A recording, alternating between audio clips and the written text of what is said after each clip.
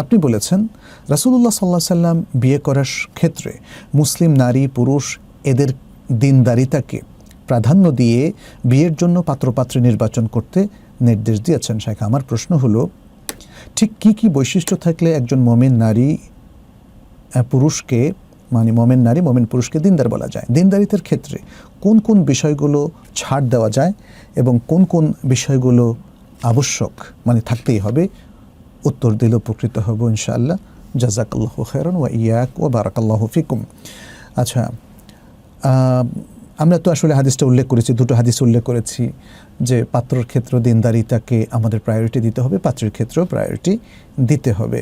এখন দিনদার পাত্রকে আর দিনদার পাত্রীকে, আসলে ইসলামের বেসিক যে নীতিমালা, ইসলামের বেসিক যে কাওয়াইদ, ইসলামের বেসিক যে নির্দেশনা, বেসিক যে আমল, বেসিক যে আকীদা, এগুলো যারা ধারণ করেন এবং পালন করেন তারাই হচ্ছেন দিনদার।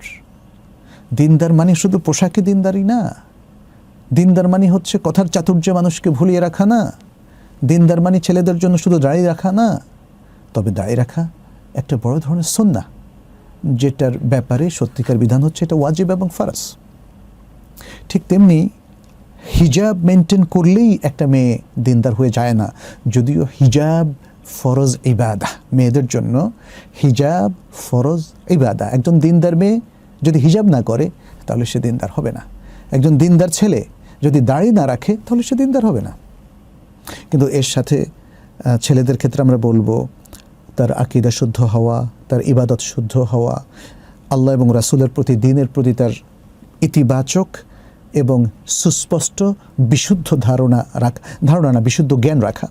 ধারণা কথাটা আমরা জ্ঞানের অর্থ অনেক সময় বলে ফেলি, বাট এটাকে আমরা আসলে সংশোধন করে ফেলা উচিত।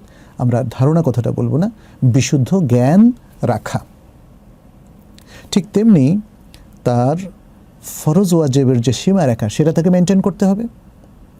শিরক, বেদাত, নাস্তিকতা এবং কুফর, এই চারটা জিনিসকে সর্বতোভাবে তাকে বর্জন করতে হবে। শিরক, বেদাত, কুফর এবং নাস্তিকতা, এগুলোকে তাকে একদমই সচেতনভাবে, সতর্কতার সাথে, জেনে বুঝে তাকে এগুলো বর্জন করতে হবে। এই চারটা জিনিস যে বর্জন করবে তাহলে তার আমল সবগুলো শুদ্ধ হবে, সে সুন্নাহর মধ্যে আমল করবে। বেদাত যে সর্বতোভাবে বর্জন করেছে তার প্রত্যেকটা আমল সুন্নাহ ভিত্তিকই হওয়ার কথা। আর যে শিরক, কুফর আর নাস্তিকতাকে বর্জন করছে সে ফুল ইমানের মধ্যেই আছে। হাজার হাজার নাস্তিকতার হাজার হাজার প্রকার আছে, আমল আছে, বিশ্বাস আছে। কুফরি হাজার রকমের কুফরি আছে। শিরক লক্ষ রকমের শিরক আছে, কারণ কোনো ধর্মের তো আমরা জানি ৩৩ কোটি দেবতা, তাহলে এক একটা দেবতাকে বিশ্বাস করা মানে একটা করে শিরক করা, এর বাইরেও আরও শিরক আছে। তাহলে এই সব কিছু যে বর্জন করলো তাহলে সে ফুল ইমানের চৌহদ্দির মধ্যে আছে, সে ইসলামের আমলের মধ্যে আছে, সে বিশুদ্ধ আকীদার মধ্যে আছে। তার মানে সে যদি তার প্রয়োজনীয় আমলটাকে করে, সে অনেক কিছু দান করলো না, সে অনেক নফল ইবাদত করলো না, তারপর সে ফুল দিনদারির মধ্যে আছে, সে তাকওয়ার মধ্যে আছে। তাহলে আমরা আবারও কনক্লুড করব, একজন দিনদার নারী এবং পুরুষ, একজন দিনদার পাত্র এবং পাত্রী, তার মানে হচ্ছে তার আকীদা শুদ্ধ থাকা, তার আমল এবং ইবাদত শুদ্ধ থাকা, হালাল হারাম মেনে চলা, ফরজ ওয়াজিবের সীমারেখা মেনে চলা।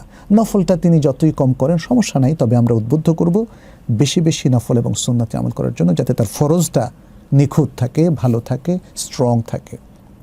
আর পাশাপাশি নেগেটিভ জিনিসগুলো বর্জন করা, নওয়াকিদুল ইসলামগুলো বর্জন করা, নওয়াকিদুল তাওহীদ বর্জন করা, নওয়াকিদুল ঈমান বর্জন করা। এর মধ্য দিয়ে দিনদারিটা আসলে প্রতিষ্ঠিত হয়।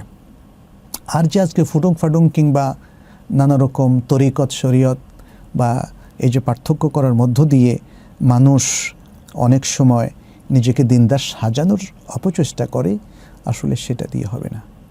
ট্রান্সপারেন্ট হতে হবে, বিশুদ্ধ হতে হবে এবং সরাসরি আল্লাহর সাথে তার রিলেশন বিল্ড আপ করতে হবে, তাহলে দিনদার হলো। আচ্ছা, এখন আমরা একজনকে দিনদার হিসাবে জানবো কী করে, বুঝবো কী করে?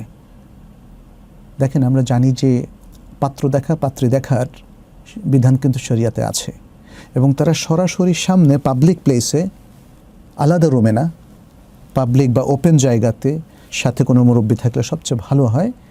হ্যাঁ, তারা সেখানে আলাপচারিতা করতে পারে, প্রয়োজনীয় আলাপ সেরে নিতে পারে, কিন্তু সেখানে কোনো ধরনের প্রণয়মূলক কথাবার্তা তাদের বিবাহের আগে জায়েজ হবে না, বা কোনো ধরনের প্রস্তাব, কোনো ধরনের অশ্লীল কথা, বাক্য বিনিময়, এগুলো জায়েজ হবে না।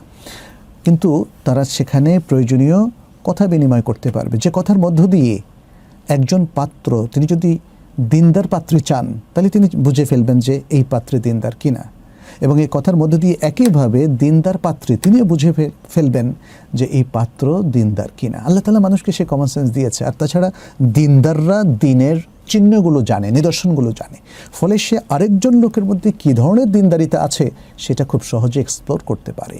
অতএব এ ব্যাপারে আর আমাদের ডিটেইলস আলোচনার কোনো প্রয়োজন নেই। আমরা আশা করি যে আমাদের মুসলিম ভাই বোনেরা তারা তাদের বিবাহের ক্ষেত্রে দিনদারিটাকেই